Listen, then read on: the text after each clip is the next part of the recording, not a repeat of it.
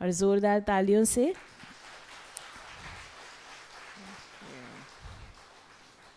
Okay. So we thought we'll have a few questions, लेकिन अगर आपकी कुछ प्रेरणा है तो आप क्लास भी करा सकते हैं। हमने ऐसा सोचा था कि हम संडे इवनिंग को कुछ क्वेश्चंस लेते हैं। सो हम उसे थोड़ा सा स्टार्ट करते हैं and then you can carry forward as Chandrakant भाई will. Should we have some question there?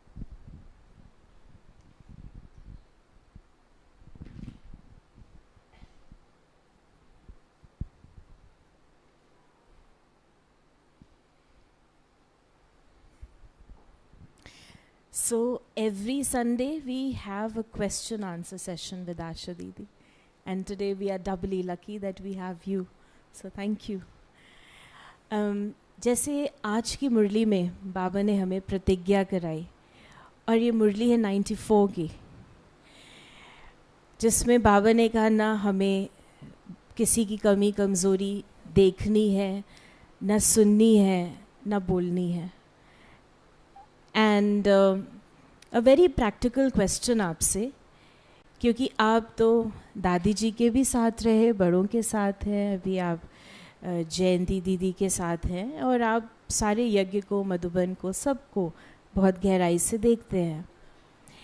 जब आप प्रैक्टिकल में हैं, यानी when you are in the practical, जब आपको अच्छा और बुरा दिख भी रहा है, तो आप उसको समझते हुए भी उसके इम्प्रेशन में न आए। आई होप आप उस मेरे क्वेश्चन को समझ रहे हैं कि आपको दिख रहा है कि ये बुरा है या अच्छा है, लेकिन आप उससे अप्रभावित हो। क्या आपके पास ऐसे दादी की कोई ऐसी बात हो जो दादी ने देखते हुए भी, शिक्षा देते हुए भी न देखा, न सुना, न बोला?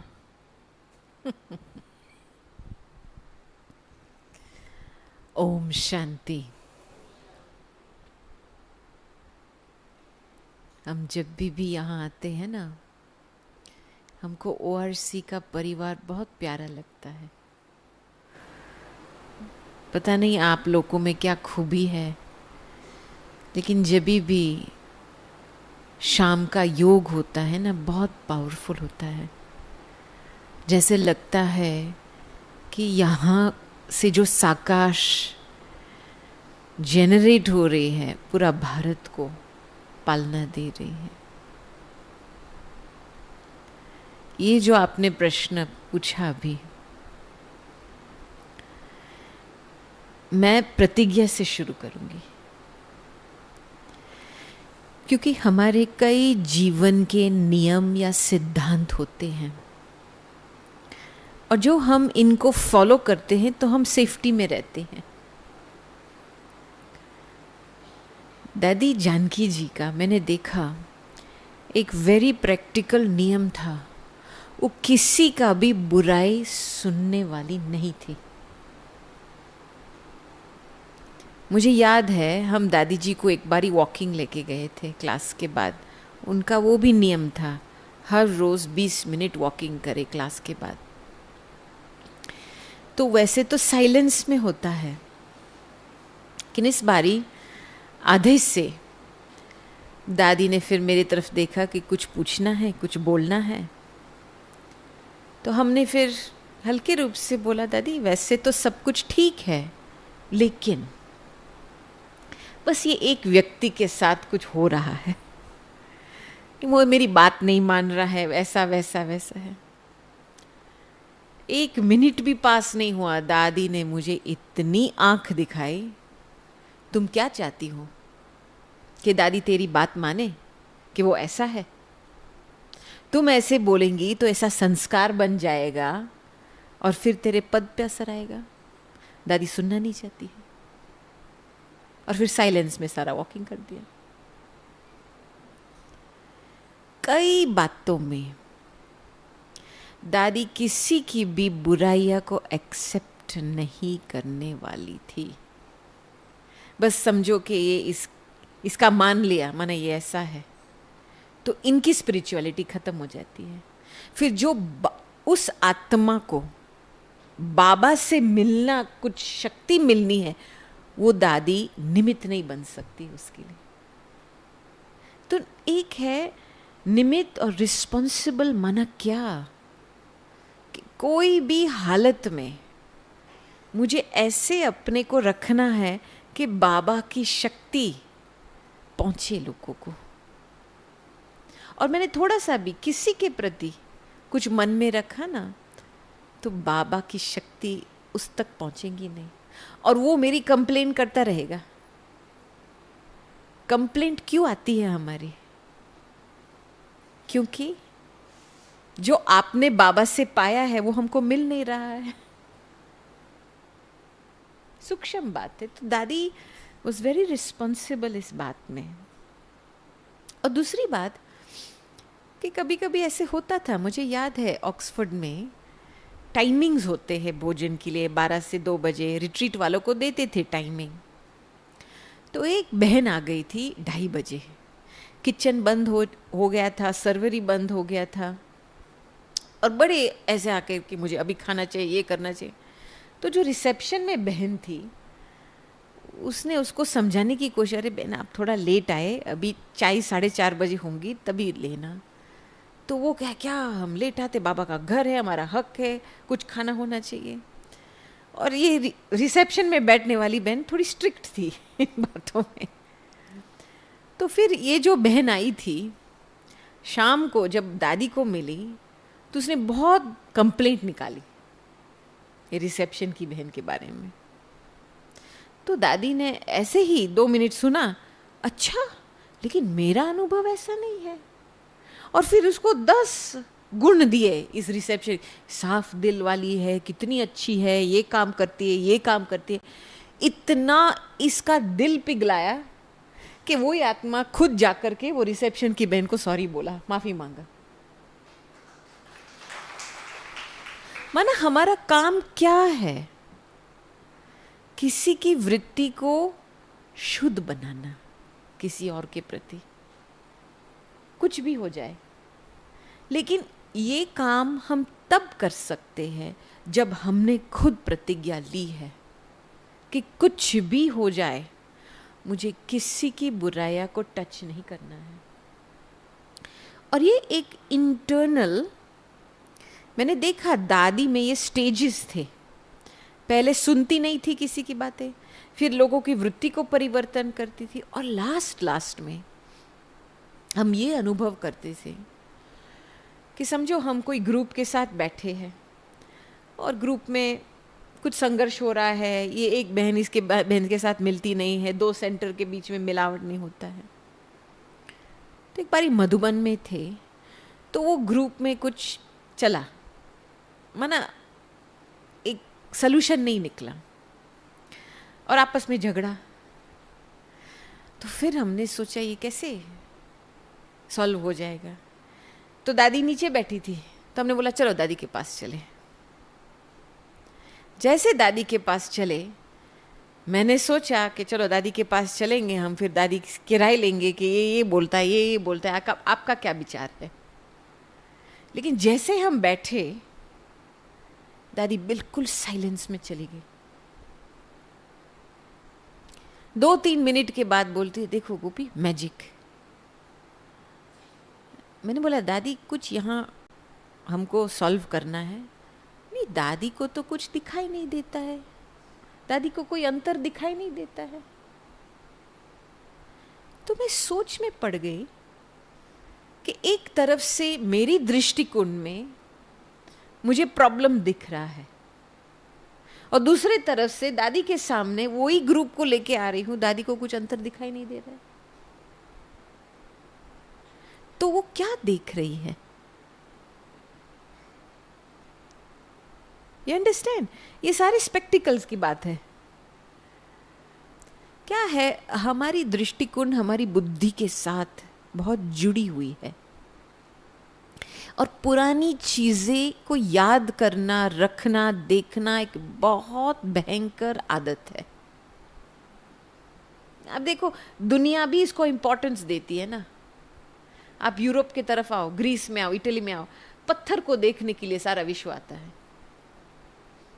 क्या है वो कोलोसियम वो वगैरह, सारा पत्थर को देखने के लिए आते हैं।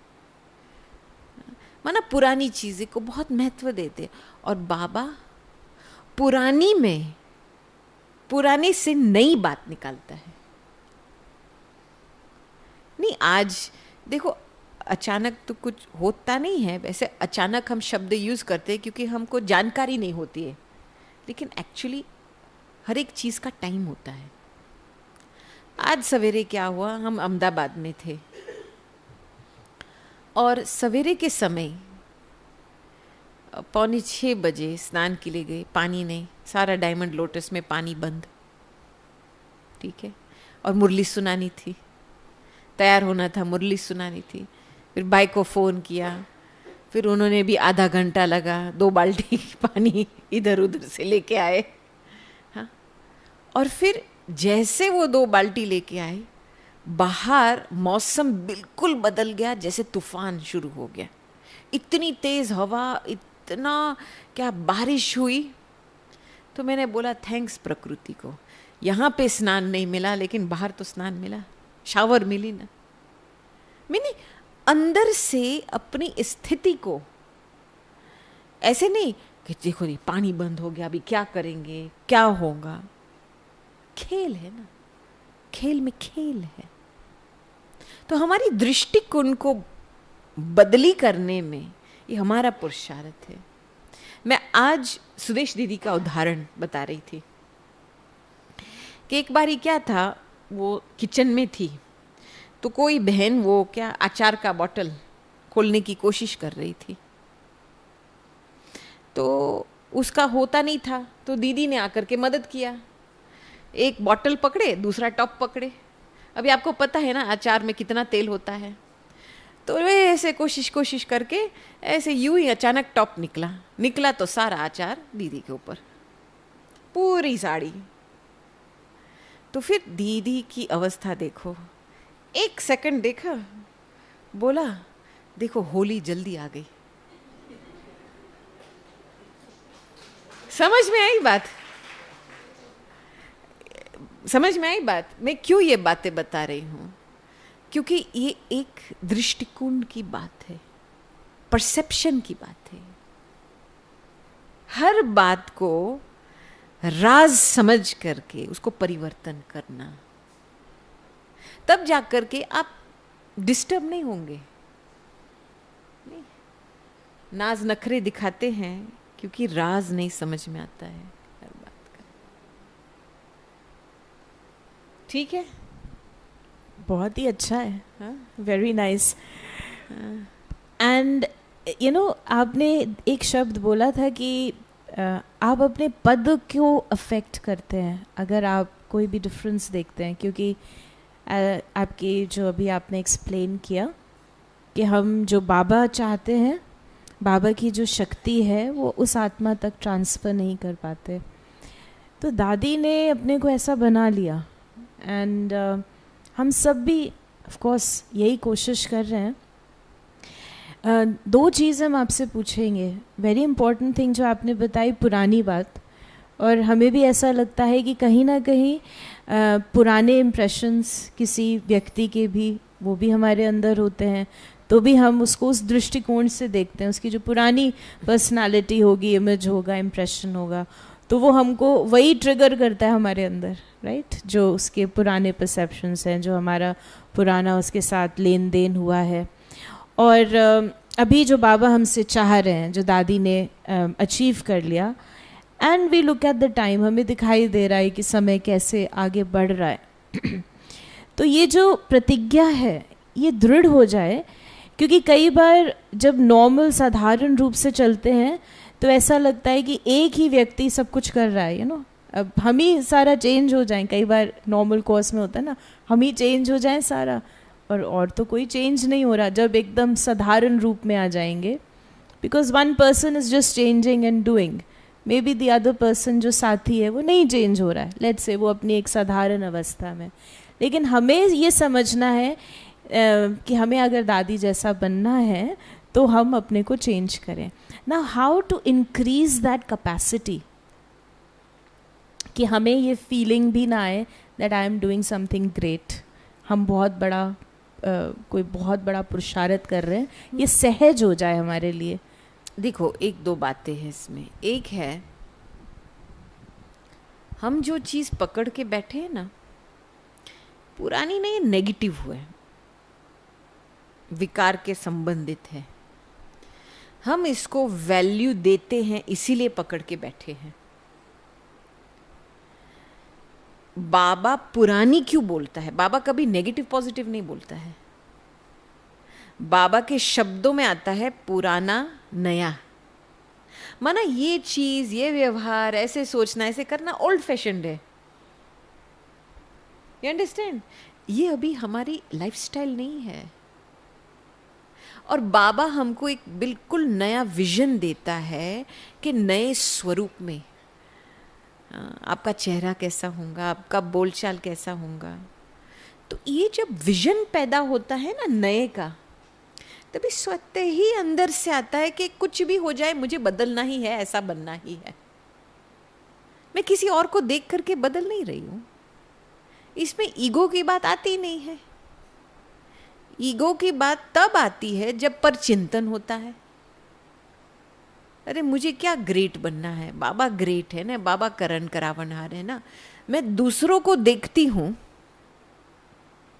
तब थोड़ा सा कंपैरिजन आता है, तब फीलिंग आती है।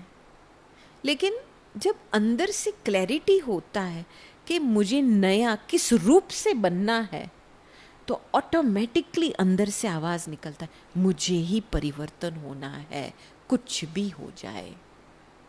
ये कोई बाहर वाले का काम नहीं, अंदर की है। You understand? A very subtle shift. तो यही बात हमको देखनी है कि मेरा नया विजन क्या है। मुझे अपने आप को बाबा की दृष्टि में रखना है। देखो, बाबा की दृष्टि में इतना कुछ भरा हुआ है, स्नेह, शक्ति, एक दर्पण है।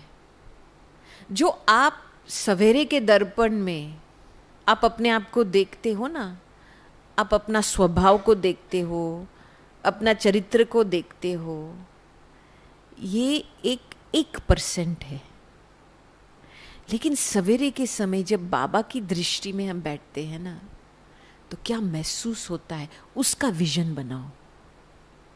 फिर धीरे धीरे धीरे जैसे आप बाबा की दृष्टि लेते रहेंगे ना, आपकी एक लाइट की विजन पैदा होंगी खुद के लिए कि मैं ये हूं।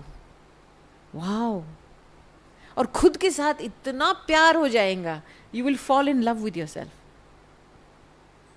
But this is subtle. ये बाबा की दृष्टि से होता है। जब हमको कोई कुछ प्रॉब्लम महसूस होता है ना, मैं दिमाग नहीं लगाती उस समय, क्योंकि मेरी ये मान्यता है कि मुझे एक प्रॉब्लम दिखाई देती है, माना मैं ही प्रॉब्लम हूं, इसीलिए मुझे प्रॉब्लम दिखाई देती है। कुछ मेरी दृष्टिकोण में गड़बड़ है, तो मैं क्या करती हूँ, मैं बाबा के पास जाके बैठती हूँ और बिल्कुल वो जैसे चश्मे निकाल के बाबा को दे देती हूँ। और उसी समय मुझे जो दृष्टि द्वारा मिलता है, मुझे फीलिंग आती है, इसका राज, इसमें राज क्या है। और जब मैंने राज को पकड़ा तो नो प्रॉब्लम, कुछ भी हो जाए नो प्रॉब्लम, सब में कल्याण है। ये सूक्ष्म पुरुषार्थ है। खुद को हम लोग, हमारी दृष्टिकोण को हम चैलेंज नहीं करते हैं इतना। हम जो भी मन में विचार आया राइट समझते हैं, जो भी देखा राइट समझते हैं। लेकिन ड्रामा अनुसार, जैसे भाई साहब कहते हैं, right is right, wrong is also right, सब कुछ एक्यूरेट है। वेरी ब्यूटीफुल जो आपने अभी हमें अपना पुरुषार्थ भी बतलाया कि हमें अब उस लेवल पर पुरुषार्थ करना है। और जैसे आपने ये बताया कि कहीं ना कहीं हमें अपने आप को अब चैलेंज करना है कि जो मेरी अंडरस्टैंडिंग है, जो मेरी विजन है, वो बाबा से मैच कर रही है या नहीं कर रही है। एक रूप से हम अपने आप को भी चैलेंज करें और करेंगे तो उस लेवल तक पहुँचेंगे। एंड द लास्ट क्वेश्चन कहें या उस लास्ट से पहले वाला कि आप वेस्टर्न वर्ल्ड में भी हैं, बाहर भी हैं और भारत को भी देख रहे हैं और बहुत सारे चेंजेस लगातार सारे विश्व में भी हो रहे हैं और बाबा के बच्चे भी हम देखते हैं कि कोविड जब आया तो बहुत सारे बाबा के नए बच्चे आए, बहुत तेज़ी से पुरुषार्थ कर रहे हैं, ऑनलाइन से भी पूरी धारणा में आए हुए हैं. तो as everyone says, what do you see, what is Baba's plan, what are Dadis doing? सब आपको कैसा लग रहा है कि किस प्रकार से ये आगे बढ़ रहा है और आप क्या कर रहे हैं अब अपने पुरुषार्थ में कि हम समीपता, जिसे कहें समीपता भी कहेंगे और एक प्रकार से स्थापना भी कहेंगे, जो बाबा का प्लान है, किस प्रकार हम उसको जल्द से जल्द कंप्लीट करें. हम दुनिया की हालत को भी देख के, चीज़ों को देख के और अपने स्थिति को देखते हुए आपकी अंडरस्टैंडिंग क्या है और आपका पुरुषार्थ क्या है. I hope that was clear. Too many things. हम है ना, हम इतना नहीं सोचते हैं. हम इतना नहीं सोचते हैं कि क्या होगा कैसे. हम तो विश्वास रखते हैं कि जो बाबा ने बोला वो अवश्य प्रत्यक्ष तो होगा ही होगा. वो तो ड्रामा में नूंद है. लेकिन हमारे अंदर, मुझे अंदर की दुनिया अभी बहुत बड़ी लग रही है और बाहर की दुनिया नाम मात्र है. मुझे अंदर से होना है कि मैं कब संपन्न बनूं. और मुझे ये भी फीलिंग है कि देखो, हम आत्माएं पूर्वज आत्मा है.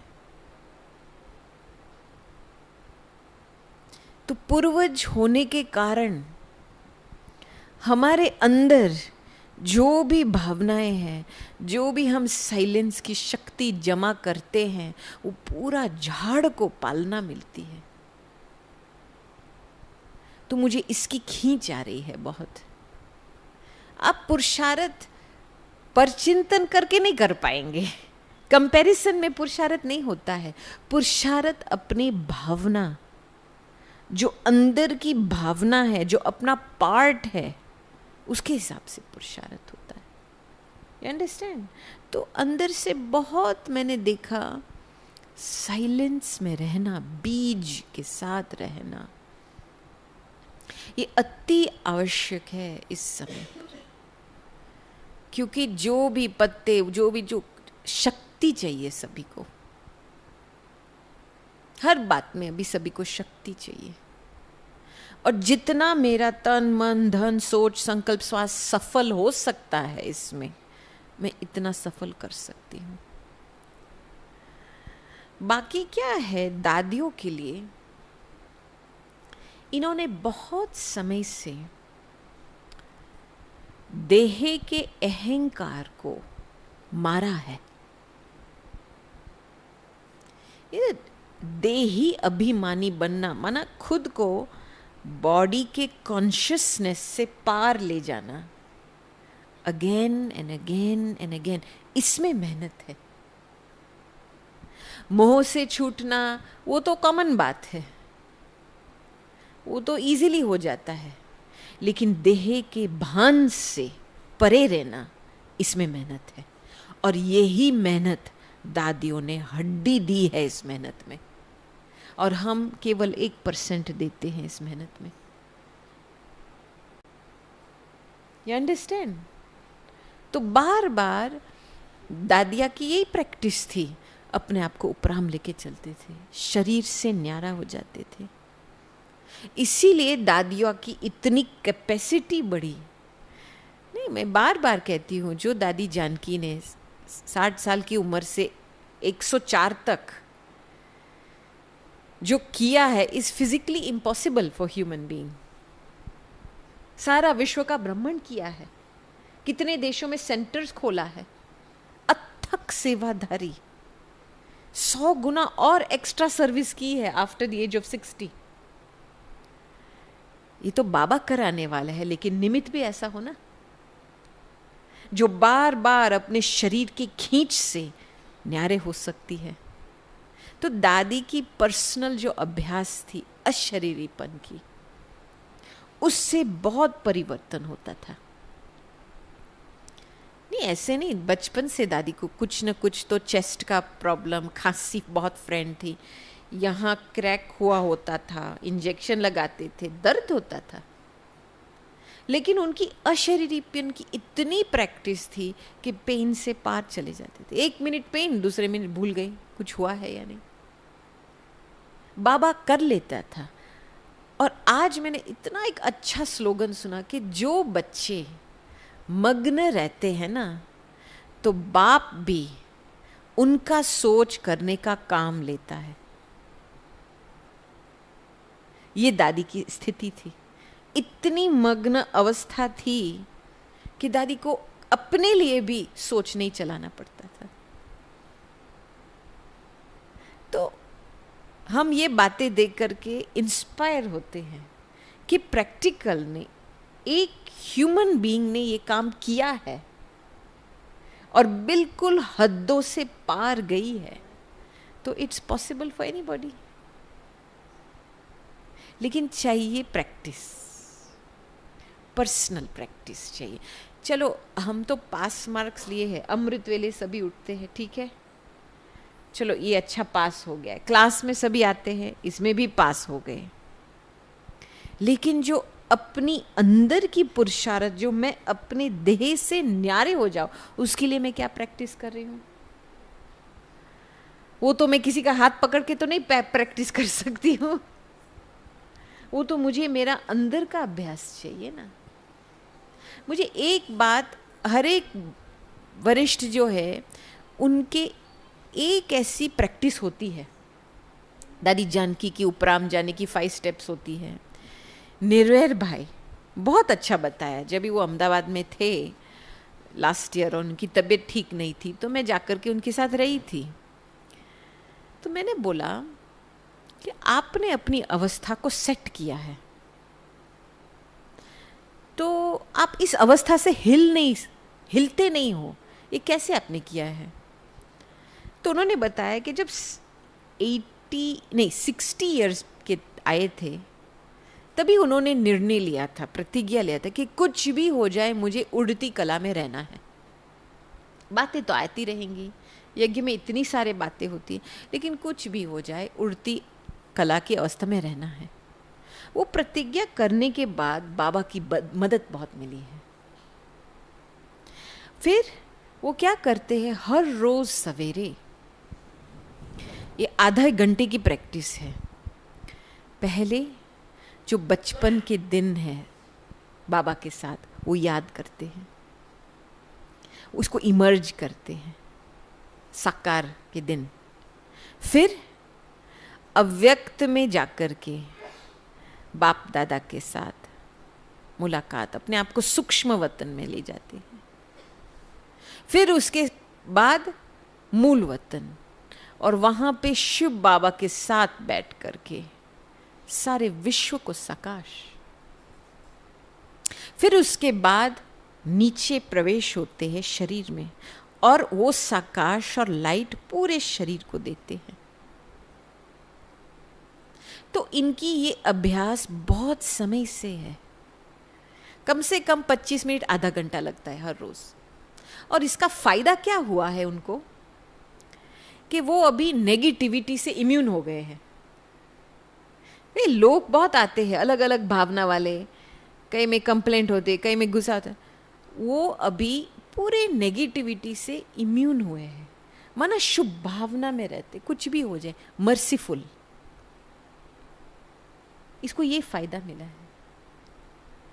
तो मुझे अपने लिए देखना है ना कि मैं कौन सा सूक्ष्म प्रैक्टिस अपनाऊं ताकि अपना मन मजबूत रहे, उसको एक्सरसाइज मिले। ऐसे मन को आप छोड़ेंगे ना, इधर में बिजी, इधर में जाएगा, इधर में जाएगा, इधर में जाएगा, सारा दिन बीत जाएगा, वेस्ट ऑफ टाइम। क्योंकि मन को एंगेज रखना होता है।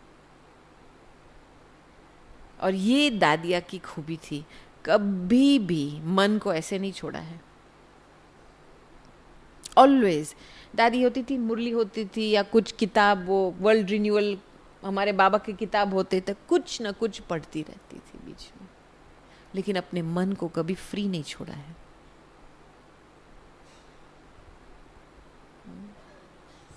Okay, so very very deep, बहुत आपने सूक्ष्मता से, गहराई से हमें दादियों का भी पुरुषार्थ, वरिष्ठ हमारे भ्राता जी का भी पुरुषार्थ बताया, और ऐसा हमें महसूस होता है कि आप भी कुछ गहरे पुरुषार्थ कर रहे हैं और इंस्पायर कर रहे हैं कि हम सब भी उसी मार्ग पर चलें। So thank you once again Gopi दीदी for sharing your time, and we hope कि आप जल्दी जल्दी आया करें। हमें एक नहीं, ऐसे अनेक, हम रू रेहान हम सब मिलकर आपस में ऐसे कुछ करें कि एक आपसे खासकर और एक दो से सीख कर हम उन्नति को पाएं। तो हम ऐसा उम्मीद करते हैं that we'll have such moments again. Thank you so much. और हम सभी बाबा की याद में बैठेंगे 1 मिनट, और सभी को टोली मिलेगी, तो सभी टोली लेकर ही जाएंगे।